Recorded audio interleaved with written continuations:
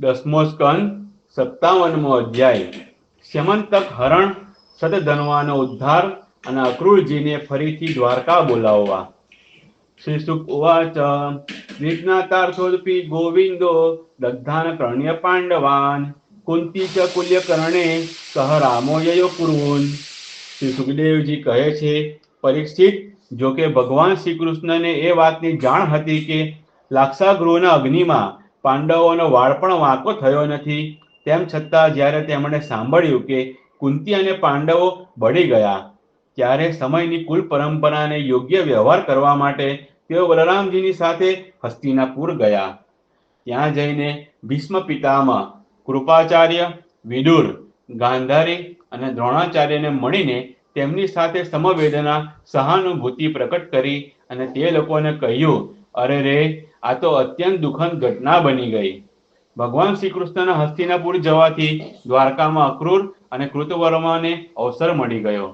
તેમણે સતધન્વાને જઈને કહ્યું, તમે સત્રાજીત પાસેથી મણિ કેમ છીનવી લેતા નથી? સત્રાજીતે પોતાની શ્રેષ્ઠ કન્યા સત્યભામા આપણને આપવાનું વચન આપ્યું હતું, અને હવે તેણે આપણું અપમાન કરીને તે શ્રી કૃષ્ણ સાથે પરણાવી દીધી છે. હવે સત્રાજીત પણ તેના ભાઈ પ્રસેનની જેમ યમપુરીમાં કેમ ન જવો જોઈએ? સતધન્વા પાપી હતો, અને હવે તો તેનું મૃત્યુ પણ તેના માથા પર નાચી રહ્યું હતું. અક્રૂર અને કૃતવર્માના આ પ્રમાણે બહેકાવવાથી સતધન્વા તેમની વાતોમાં આવી ગયો અને મહાદુષ્ટે લોભવશ સૂતેલા સત્રાજીતને મારી નાખ્યો. તે સમયે સ્ત્રીઓ અનાથની જેમ રડવા લાગી, પરંતુ સતધન્વાએ તે તરફ બિલકુલ ધ્યાન ન આપ્યું. જેમ કસાઈ પશુઓની હત્યા કરી નાખે છે, તે જ પ્રમાણે તે સત્રાજીતને મારીને મણિ લઈને ત્યાંથી ભાગી ગયો. પોતાના પિતાને મારી નાખવામાં આવ્યો છે તે જાણીને સત્યભામાજી અત્યંત શોકમગ્ન થઈ ગયા, અને તેઓ ઓ પિતાજી, ઓ પિતાજી, હું મરાઈ ગઈ, આ પ્રમાણે વિલાપ કરવા લાગ્યા. વચ્ચે વચ્ચે તેઓ બેહોશ થઈ જતા હતા અને હોશ આવવાથી ફરી વિલાપ કરતા હતા. ત્યાર પછી તેઓ પિતાના મૃતદેહને તેલ ભરેલા પાત્રમાં રખાવીને સ્વયં હસ્તિનાપુર ગયા. તેમણે અત્યંત દુઃખ સાથે ભગવાન શ્રી કૃષ્ણને પોતાના પિતાની હત્યાની વાત કરી. જો કે આ બધું ભગવાન શ્રી કૃષ્ણ પહેલેથી જાણતા હતા. પરીક્ષિત, સર્વશક્તિમાન ભગવાન શ્રી કૃષ્ણ અને બલરામજી આ બધું સાંભળીને મનુષ્યોની જેવી લીલા કરતા રહીને પોતાની આંખોમાંથી આંસુ સાર્યા અને વિલાપ કરવા લાગ્યા. અહો, આપણા ઉપર તો આ બહુ મોટી વિપત્તિ આવી પડી.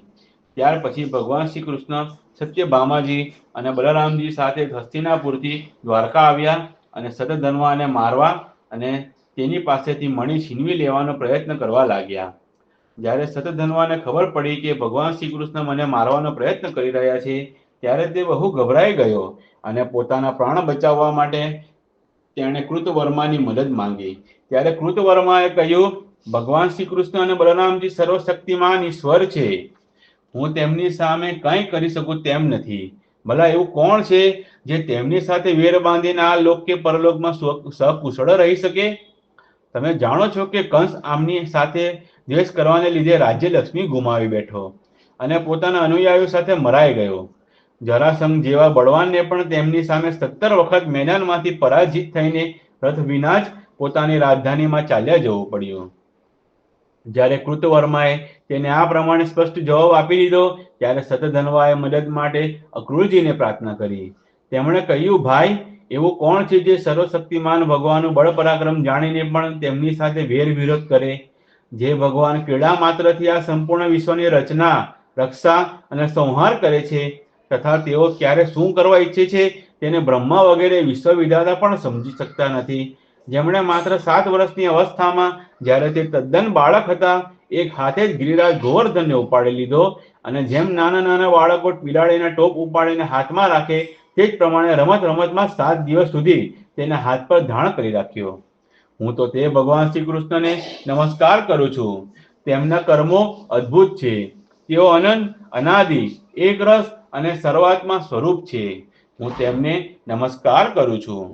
જ્યારે અક્રૂરજીએ પણ ચોખ્ખો જવાબ આપી દીધો, ત્યારે સતધન્વા સ્યમંતક મણિ અક્રૂરજી પાસે થાપણ તરીકે મૂકીને પોતે 400 કોસ સતત દોડનારા ઘોડા પર બેસીને ત્યાંથી શીઘ્રતાપૂર્વક ભાગી ગયો. પરીક્ષિત, ભગવાન શ્રી કૃષ્ણ અને બલરામ બંને ભાઈ પોતાના ગરુડધ્વજ રથ પર બેઠા જેમાં અત્યંત વેગવાળા ઘોડા જોડેલા હતા. હવે તેમણે પોતાના સસરા સત્રાજીતને મારનારા સતધનવાનો પીછો કર્યો. મિથિલાપુરી પાસે એક ઉપવનમાં સતધનવાનો ઘોડો પડી ગયો. હવે તે તેને છોડીને પગપાળા ભાગવા લાગ્યો. તે ખૂબ જ ભયભીત હતો. ભગવાન શ્રી કૃષ્ણ પણ ક્રોધિત થઈને તેની પાછળ દોડ્યા. સતધનવા પગપાળા ભાગી રહ્યો હતો, તેથી ભગવાને પણ પગપાળા દોડીને પોતાના તીક્ષ્ણ ધારવાળા ચક્રથી તેનું માથું ઉતારી લીધું અને તેના કપડામાં સ્યમંતક મણીને શોધ્યો. પરંતુ જ્યારે મણી મળ્યો નહીં, ત્યારે ભગવાન શ્રી કૃષ્ણે મોટા ભાઈ બલરામજીને આવીને કહ્યું, મેં સતધનવાને વ્યર્થ જ માર્યો, કેમ કે તેની પાસે સ્યમંતક મણી તો છે જ નહીં. બલરામજીએ કહ્યું, એમાં સંદેહ નથી કે સતધનવાએ સ્યમંતક મણીને કોઈની પાસે રાખી દીધો છે. હવે તમે દ્વારકા જાઓ અને તેનો પત્તો મેળવો. હું વિદેહરાજને મળવા ઈચ્છું છું, કેમ કે તેઓ મારા અત્યંત પ્રિય મિત્ર છે. પરીક્ષિત આમ કહીને યાદવ શ્રેષ્ઠ બલરામજી મિથિલા નગરીમાં ચાલ્યા ગયા. જ્યારે મિથિલા નરેશે જોયું કે પૂજનીય બલરામજી મહારાજ પધાર્યા છે, ત્યારે તેમને અતિશય આનંદ થયો. તેમણે તુરંત જ પોતાના આસન પરથી ઊભા થઈને અનેક પ્રકારની સામગ્રીઓથી તેમની પૂજા કરી. ત્યાર પછી ભગવાન બલરામજી કેટલાય વર્ષો સુધી મિથિલાપુરીમાં જ રહ્યા. મહાત્મા જનકજીએ બહુ જ પ્રેમ અને સન્માનપૂર્વક તેમનું આતિથ્ય કર્યું. તે વખતે ધૃતરાષ્ટ્રના પુત્ર દુર્યોધને પણ તેમની પાસે ગદાયુદ્ધનું શિક્ષણ પ્રાપ્ત કર્યું. પોતાના પ્રિય સત્યભામાનું પ્રિય કાર્ય કરીને ભગવાન શ્રી કૃષ્ણ દ્વારકા પાછા આવ્યા અને સત્યભામાને જણાવી દીધું કે સતધનવાને મારી નાખ્યો છે, પરંતુ સ્યમંતક મણી તેની પાસેથી મળ્યો નહીં. ત્યારબાદ તેમણે ભાઈ બંધુઓની સાથે પોતાના સત્રાજીતની પરલોક માટે જે જે ક્રિયાઓ કરવી જોઈએ તે કરાવી, જેનાથી મરનાર પ્રાણીનો પરલોક સુધરે છે. અક્રૂર અને કૃતવર્માએ સતધનવાને સત્રાજીતનો વધ કરવા ઉત્તેજિત કર્યો હતો. તેથી હવે તેમણે સાંભળ્યું કે ભગવાન શ્રી કૃષ્ણે સતધનવાને મારી નાખ્યો છે, ત્યારે તેઓ અત્યંત ભયભીત થઈને દ્વારકા છોડીને ભાગી ગયા. પરીક્ષિત, કેટલાક લોકો એવું માને છે કે અક્રૂરજીના દ્વારકા ચાલ્યા જવાથી દ્વારકાવાસીઓમાં અનેક પ્રકારના વારંવાર દૈહિક અને ભૌતિક સંતાપો થવા લાગ્યા. પરંતુ જે લોકો આવું કહે છે તેઓ પહેલા કહેલી વાતોને ભૂલી જાય છે.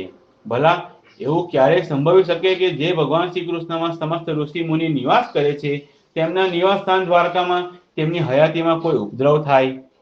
પરંતુ તે સમયે નગરના વડીલ વૃદ્ધોએ કહ્યું, એકવાર કાશી નરેશના રાજ્યમાં વરસાદ થયો ન હતો. દુકાળ પડ્યો હતો. ત્યારે તેમણે પોતાના રાજ્યમાં આવેલા અક્રૂરજીના પિતા સ્વફલ્કને પોતાની પુત્રી ગાંધીની પરણાવી દીધી. ત્યારે તે પ્રદેશમાં વૃષ્ટિ થઈ. અક્રૂરજી પણ સ્વફલ્કના જ પુત્ર છે અને એમનો પ્રભાવ પણ તેમના જેવો જ છે. તેથી જ્યાં જ્યાં અક્રૂરજી રહે છે ત્યાં ત્યાં બહુ વરસાદ પડે છે, તથા કોઈ પ્રકારનું દુઃખ કે મહામારી જેવા ઉપદ્રવો થતા નથી. પરીક્ષિત, તે લોકોની વાત સાંભળીને ભગવાને વિચાર્યું કે આ ઉપદ્રવનું આ જ કારણ નથી. આવું જાણવા છતાં પણ ભગવાને દૂત મોકલીને અક્રૂરજીને દ્વારકા તેડાવ્યા. તેમના આવ્યા પછી તેમની સાથે વાતચીત કરી. ભગવાને તેમનું બહુ સ્વાગત કર્યું અને મીઠી મીઠી પ્રેમની વાતો કહીને તેમની સાથે ચર્ચા કરી. પરીક્ષિત, ભગવાન બધાના ચિત્તમાં રહેલા એક એક સંકલ્પને જાણે છે. તેથી તેમણે હસીને અક્રૂરજીને કહ્યું, કાકાશ્રી, આપ મહાદાની છો. અમને આ વાતની પહેલેથી જ ખબર છે કે સતધનવા તમારી પાસે સ્યમંતક મણી મૂકી ગયો છે, જે અત્યંત પ્રકાશમાન અને ધન આપનારો છે. તમે જાણો છો કે સત્રાજીતને કોઈ પુત્ર નથી, તેથી તેની પુત્રીના પુત્રો તેમના દોહિત્રો જ તેમને તિલાંજલિ અને પિંડદાન કરશે, તેમનું ઋણ ચૂકવશે અને જે કંઈ સંપત્તિ શેષ રહેશે તેના તે ઉત્તરાધિકારી થશે. આ પ્રમાણે શાસ્ત્રીય દ્રષ્ટિથી જો કે સ્યમંતક મણી અમારા પુત્રોને જ મળવો જોઈએ, તેમ છતાં તે મણી ભલે તમારી પાસે રહે, કેમ કે તમે ઘણા વ્રતધારી અને પવિત્ર આત્મા છો. તથા બીજાઓ માટે આ મણી રાખવો એ બહુ મુશ્કેલ પણ છે. પરંતુ મારી સામે એક બહુ મોટી સમસ્યા આવી પડી છે કે મારા મોટા ભાઈ બલરામજી મણીની બાબતમાં મારા ઉપર પૂરો વિશ્વાસ રાખતા નથી. તેથી હે ભાગ્યશાળી અક્રૂરજી, તમે તે મણી દેખાડીને અમારા ઈષ્ટ મિત્રો બલરામજી, સત્યભામા અને જાંબવતીનો સંદેહ દૂર કરો અને તેમના હૃદયમાં શાંતિ પહોંચાડો. મને ખબર છે કે તે જ મણીના પ્રતાપે આજકાલ તમે સતત એવા યજ્ઞો કરી રહ્યા છો જેમાં સોનાની વેદીઓ બનાવવામાં આવે છે.